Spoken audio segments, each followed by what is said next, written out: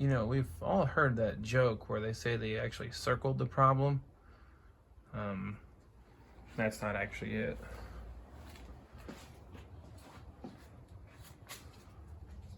Here under the hood, they've circled the problem.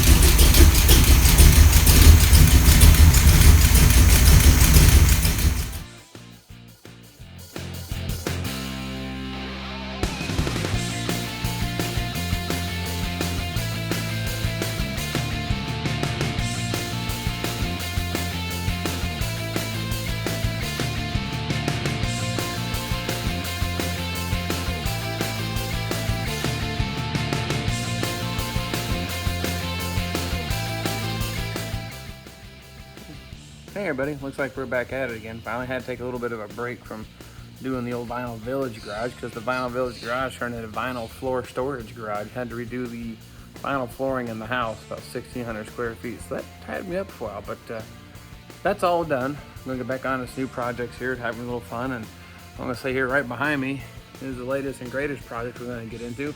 What you see is a 39 Ford that's been modified, or I guess they hot rodded a little bit. The unfortunate part is being a hot rod is the air conditioning isn't working. So we're gonna call this one the 2 Hot Rod.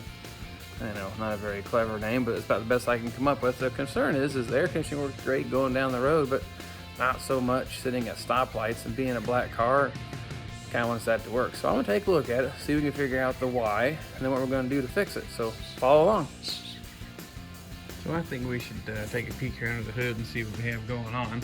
I've been informed by the owner we don't have any hood springs or hood support, so I've come up with a makeshift hood prop to get us by for now. Called a good old-fashioned broom handle. Anyway, this should work. Now, looking at it, maybe someone out there in the old YouTube world can tell me. It appears there's some linkage pieces or bits that are missing that would have possibly had a spring on it. Now, 39 Fords are not area of expertise for me, but it is still just nuts and bolts mechanics. So I suppose the guy can make something or figure something out, but the good old, you should say the Propulator 10,000 is gonna work for now, and hope to good gravy that it doesn't fall down. No, it could take my head off or something. But hey, let's see what we got. Now, what we're looking at, one of the first points of concern here that kind of caught my eye when I first opened the hood is the fact that the fan is about 1/16 of an inch from chopping up a radiator hose, so that's an epic fail. If you were to lose a water pump bearing, do a little slop in that thing, or the engine were to have a little torque or engine mount issue, you're going to cut a hose. You're going to have more than just a running hot at idle or no good air conditioning. You're going to cook an engine. So that's problem one we're going to have to address. Problem two, looking at it, is the fact that the fan sits way too high in relationship to the radiator. We're about 3 inches into the tank, so you're not going to get very effective cooling or good airflow across the condenser in the front. So I'm really thinking between the nearly rubbing issue and needing better airflow, we're going to convert this thing to an electric fan and put a thermostatic switch on it and kick the fan on with the AC, and I'm hoping to take care of a couple problems all in one pass. And another side note here, if you look at the corner of the radiator here, you got really nice polish mark. It's from rubbing on something. Upon a little further inspection and digging, I am finding that the paint is actually damaged right here because the radiator is bouncing off the hood, and someone even circled it in purple marker, so makes it pretty easy to find, but we're gonna have to get a repair for that. So the radiator is sitting too far up, and looks like we're gonna have to either put it back down or lean it back. I suppose we'll get the old tape measure out here, see what kind of shroud I can get ordered up. I'm gonna try to find something on the old interweb there, because a lot of that stuff you can get relatively easily and reasonable prices on a lot of the stuff now. So I'm hoping to find a little prefab shroud with a fan already mounted to it, make it a little easier and look like a clean installation, because hot rodding is kind of a you're gonna take your Ford, put your Chevy engine in it, make it go, but also still kind of make it look nice when you're doing it. So I'm hoping to see what we can find here and do some searching.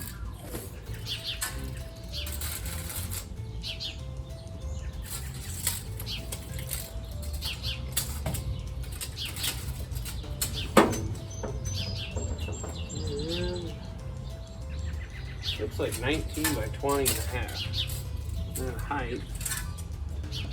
Well, over the clearance of the water pump snout, but right at 3 inches. Those are the numbers I need. I think I can go ahead and see what I can figure out with that. Just in case you're interested, we'll give a little walk around here of this car.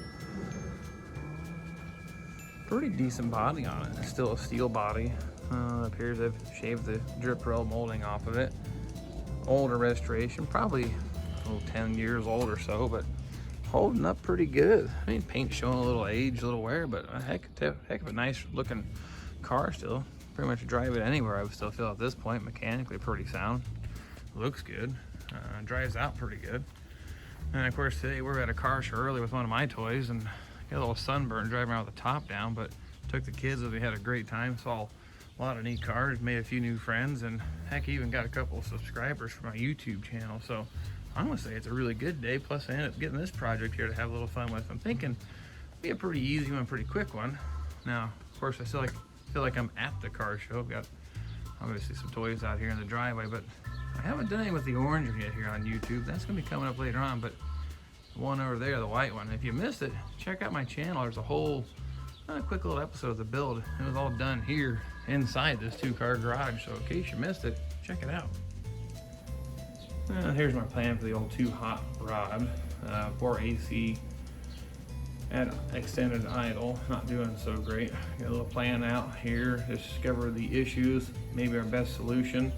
And I still need a little help with what I'm going to do about the hood spring or hood prop. So unfortunately, I just don't have enough experience at 39 Fords to have a great solution yet. So if you have anything, send me a message. Please let me know if you can help me out. Any help would definitely appreciate it. And special thanks to Brad and Vicky for my first bit of fan mail. So maybe a nice little sticker here. A vinyl sticker for the old Vinyl Village Garage. Thanks guys, you're the greatest. To get a point of reference on how the air conditioning is doing before we get started, I typically like take a measure of the vent temperature because that's what you feel, in my opinion, that's probably the most important value to measure. Pressures and charge level, I guess, are important, but end result, what really matters is coming out of the vent. So we're starting now at about 80 degrees, I guess, ambient temperature, the temperature outside here today. Stuff that's in the vent there, you should get at least a 20-degree difference. That's kind of the minimum in my opinion, but let's see where it's at. Then we're going to try to do our upgrades on the cooling fan system and see if we get an improvement on this number. Okay, let's check that temperature again. Now we've got a coolant temperature of 180. It has 180 thermostat, so I'm going to call that up to temperature and operating. The interesting part, we started when the temperature wasn't that warm, getting a little cooler air out of the vent. Now as it's warmed up here, we can see now we're tickling about 64 degrees sitting still. All the more proof that I don't think we have enough airflow across the condenser. So I think we're going to proceed with repair of exchanging all these components out. See if we get this thing work a little better at idle. Alright, well, I definitely think the electric fan is going to be our solution. I did acquire and find some stuff on the old interweb here. Little eBay special electric fan, but the shroud was the exact dimension I needed. Big cooling fan for good CFM. Comes with the thermostatic switch and relay, so we can wire this in to run off the engine temperature. So you don't have to worry about toggling the switch on and off. And we're also going to tie that into the AC, so whenever the air conditioning is on, even if it's not hot, that fan will be on to keep that airflow across that condenser. See if we can bring that vent temperature down in idle or sitting at a stoplight from 64, and we'll see what we can get to. Alright, looking at the radiator, one of the other things we want to do is get this radiator sitting a little lower so to clear the hood. Right now, between the top tank and the grill, we get about a ½ inch before it actually has any interference there. So I'm going to try to get another ½ inch of drop out of this radiator so we stop basically polishing on it here and potentially rubbing through, not to mention damaging the paint on the hood. So our next step here is got the fan out of the way. We're going to find a way to get this radiator sit a little lower. looking at how the bottom is mounted, I'm thinking it's come with a different mounting bracket to help get this thing sitting where I need it to be. Got the fan removed, looking pretty good here. No problem getting that out of the way. Got the lower radiator mounts loose and out. They're down here. They're just basically long bolts and some shims mounted in some rubber, so I got that dropped down.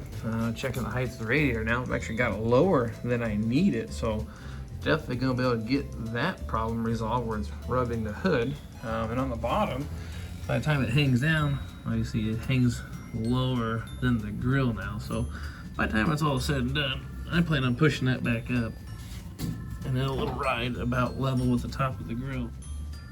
Now the solution to the radiator height, this is what they had in here before. Stack of shims, shimming the height about that high.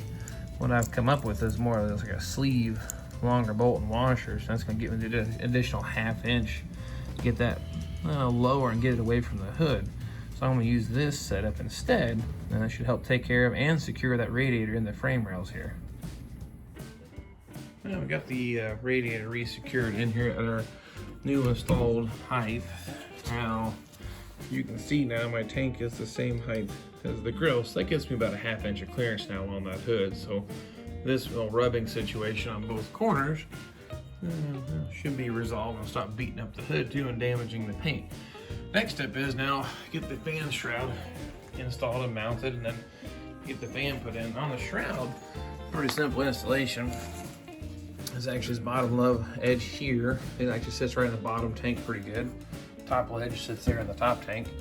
Just made 2 little brackets that basically are a notch, and they'll slide in on the side of the here where the radiator mounts is top mount. So I'll be able to slide that in between those 2 pieces and re-secure the hardware. And that should get my fan shroud installed here. So just give me a minute here and we'll get that taken care of. Get you in here so you can see. Now, basically, you still see that's the mounting bracket I added. I just sandwiched it in between the, I guess you say a radiator strut or support. In between there, that gets this thing pulled up tight to the radiator core to help get full benefit of this shroud, the full air across it. And same on the other side here. Just made a little bracket sandwiched in between. I was going to secure these, the nuts here, turn them down, get them tight. And then I can get that fan installed and get the wiring it up.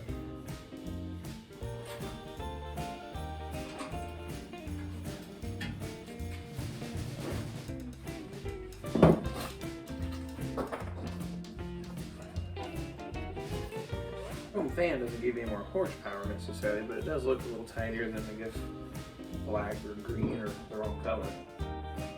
Next step is get the shroud mounted. We get the fan put in here, then get it wired in, and go ahead and get the system tested out. It's only held in with 4 screws, so not an overly complicated situation to get this thing put in there. So give me a couple minutes to get that taken care of.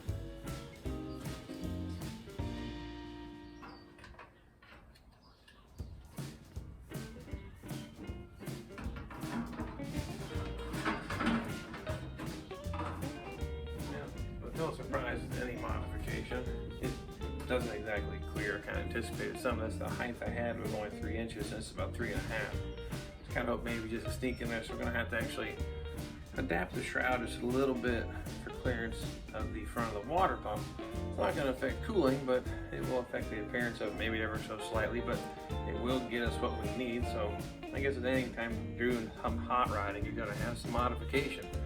I guess we'll get out of here. My thoughts are I'll just go ahead and clip a few of these cross members out, and then the water pump will reside kind of in this area here. Still clear to the fan, but it's pretty tight, but much better than cutting a radiator hose. So I guess it's a give take or a situation where what's the lesser of 2 evils. So I think a little cosmetic damage to a shroud is acceptable to get the thing working safely and going down the road real nice.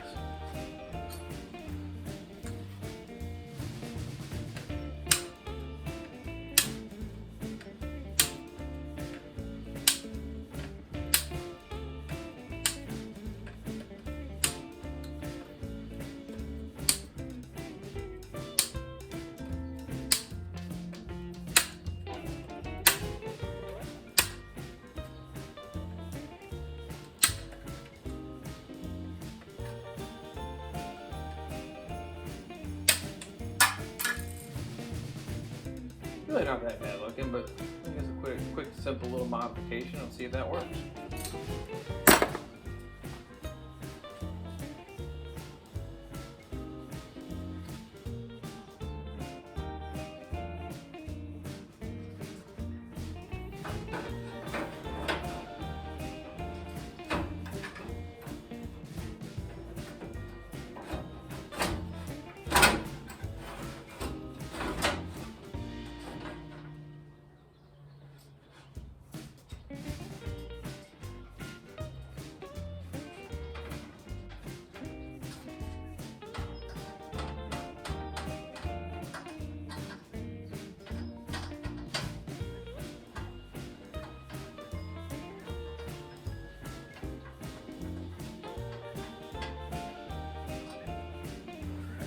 Get you in here to see that that modification really isn't even noticeable once it's in there. Again, sometimes a sacrifice you got to make, but let me show you what we got.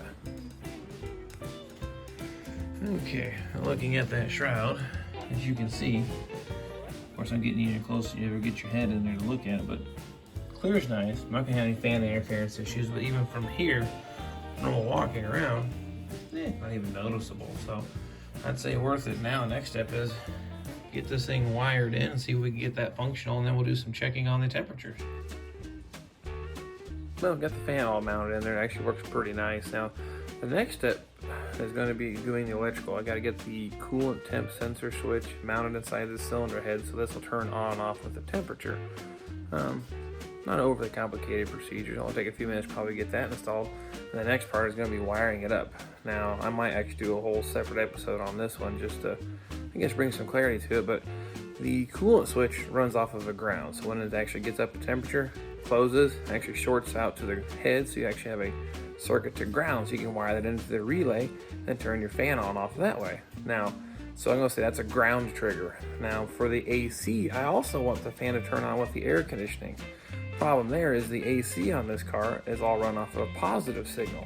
So when the AC is kicked on, I can tie into that. Well, can't tie a positive and a negative together. It will not work. So I'm going to have to add an additional relay to hook that up. So again, I want to get all the wiring taken care of and operational. I may just do a whole separate episode on that to kind of bring clarity to that. But because wiring, to me, it's not too bad. Others, maybe a little more confusing, but I can simplify it for you. But that's a whole nother, I guess, another episode in a lot of time. So we'll get into that. Let me get the wiring buttoned up. Let me show you where I'm going to put this coolant temp sensor at in the head, and then we'll go from there. And the next step is going to be hooking up the coolant temp sending unit, or the switch for the fan that I've just installed. Now, the driver's side head is obviously very cluttered and full of stuff, but it already has something occupying that port. The ports on the intake where I like to run them at, well, that one's covered by the upper radiator hose, so not going to happen. This side, on the other hand, well, we have another situation. Heater hose is coming out of that one, so I can't use that one, so it limits me to using the passenger side cylinder head here back there. So I'm going to remove that plug and install my temperature switch in there so I can get these fans wired up to kick on with the temperature of the engine. Now, I guess all you out there in the old YouTube world are out there, which one do you prefer, the old thread tape or the I guess Permatex thread sealer? It's kind of a gel form, but in this case I'm going to use the old thread tape. I kind of typically use whatever is handy, whatever's available. Which one do y'all prefer out there? Just kind of give me some feedback on that. Which one do you think works better? Let me know. And the other observation that I made is I need an adapter to fit that thread size on that cylinder head, unfortunately.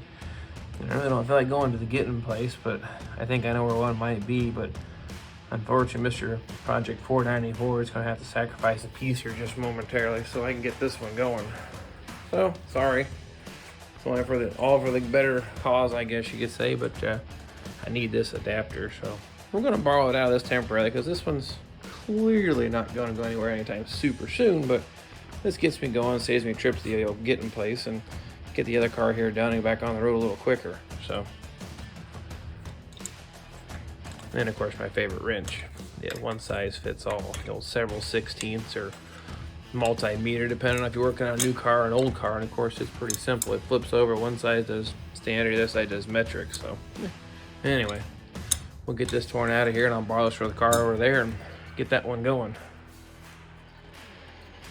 Sometimes you have to borrow pieces to make it go, but yeah, that's what I need. I'll have to go get one later for the other car, but I guess not the end of the world. We'll get it going again anyway.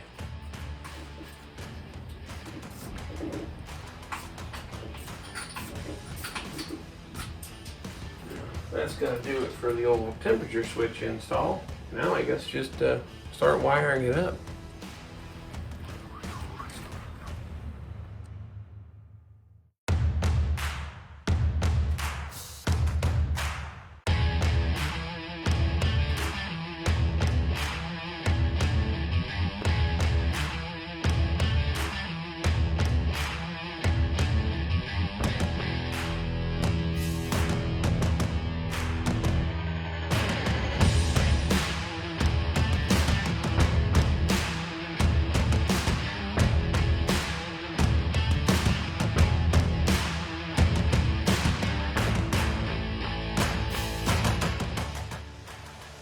Get you back in here. I got most of the wiring to the fan all taken care of, but looking at the rest of the wiring on this thing under the hood, it's a little cluttered. I'm gonna spend a little time to clean this up, so I'm gonna detail it up, make it look a little tidier under the hood. So when it does take it to some car shows, it looks a little better. So I'll take a few minutes here just to tidy this up. Hey, well, I got all the wiring squared away. I'll get you a peek inside here and see what we actually came up with. But I've got a little diagram drawn out here on the floor too.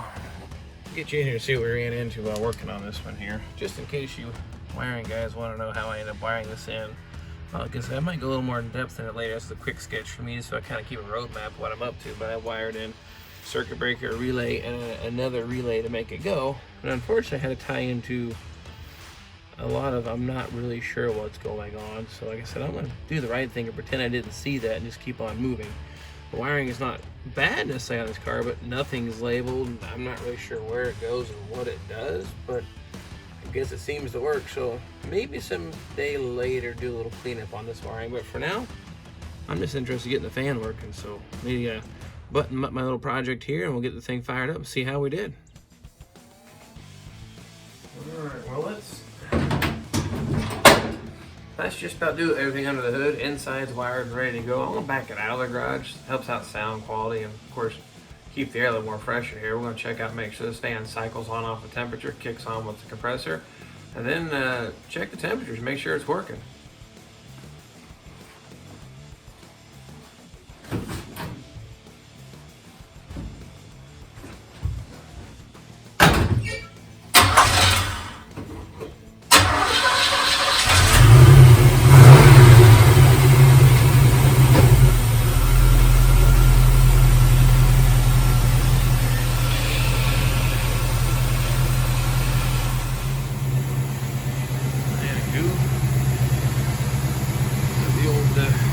Trusty hood prop. Now at this point we have clearance. It is clearing. No more fan hitting up the radiator hose anywhere near that. Let's turn the AC and make sure the fan kicks on.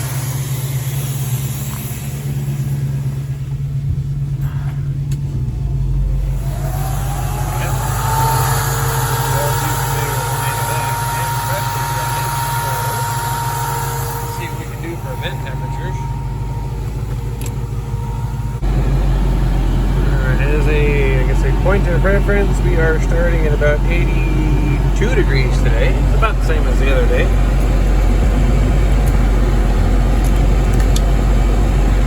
And let's see what this gets down to.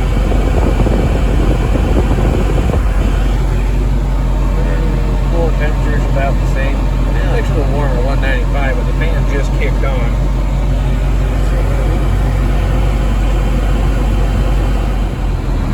Let's see, let it run here for a bit. The fan being on brought the water temp down to about 180. This means I'm moving some air, and here's some really nice news. We are sitting about 52 degrees here, sitting still at, I guess you say the stoplight simulation, sitting in the driveway, but it is 28 degree, or actually we started at 82 degrees, so that is a 30 degree difference sitting still. So I'm going to say we get a check box for that one too. So now I'm going to turn the air off and make sure the rest of the repair is going to be fine by making sure the fan turns on off the temperature. I suspect once that gets up about the 210 mark, our cooling fan should kick on. Well, the cooling fan just kicked on about 212, 213. I want to say that's pretty good actually for being mounted in the cylinder head. So as long as that has cycled on, and when it turns off at, I'm going to guess around the 190 mark, I'm going to give this thing a clean bill of health and ready to go cruising again. So we'll keep an eye on this gauge here, wait for it to actually cycle the fan back off. I'm just going to hang out here. Let's just watch the temperature drop. You can see it's already dropping actually relatively pretty quickly here. So I think the fan's going to work just fine.